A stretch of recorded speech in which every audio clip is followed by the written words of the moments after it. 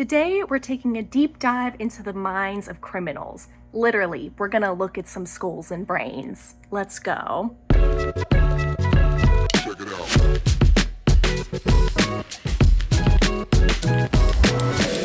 Hello everyone, my name is Allison and I am in the Ripley's warehouse today with these two criminal minds. Now I'm gonna save this one for a little bit later, but let's talk about this showstopper first.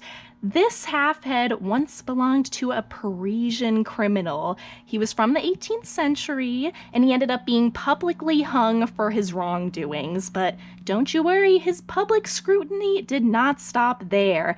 After his death, his head was removed and dissected in an attempt to find out if the criminal mind was medically different from a normal person's brain. French medical students and doctors studied this brain for over 200 years. Now, let me bring you guys a little more close up on this. We don't know much about who this man was. I wonder what type of crime he did in order to warrant being cut in half and studied for the rest of his life. Kind of interesting. Maybe one day we'll find out. There have been many attempts over the years to try to figure out why people do such terrible things. One of the earliest theories came from Franz Joseph Gall, who came up with the pseudoscience of phrenology. All right, now let's go to the next item we have over here, and let's find out what's in this envelope.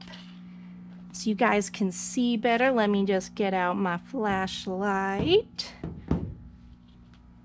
All right, so you can probably tell that this is an X-ray, but this isn't just any old X-ray. This is an X-ray of Hitler's skull. Now, although this X-ray was taken for medical purposes while he was alive, unlike this one, which was taken for research purposes, it's kind of interesting to see literally inside of the mind of such a heinously bad criminal. In more recent years, studies have come out showing that serial killers might have decreased connectivity between the part of their brain that processes bad or scary things and the part of their brain that tells them to be afraid of those things. There's a million reasons that people do terrible things, and unfortunately, sometimes science can't explain these things. But in the meantime, it is pretty interesting to take a look inside for yourself and wonder what was going through their heads. See you next time.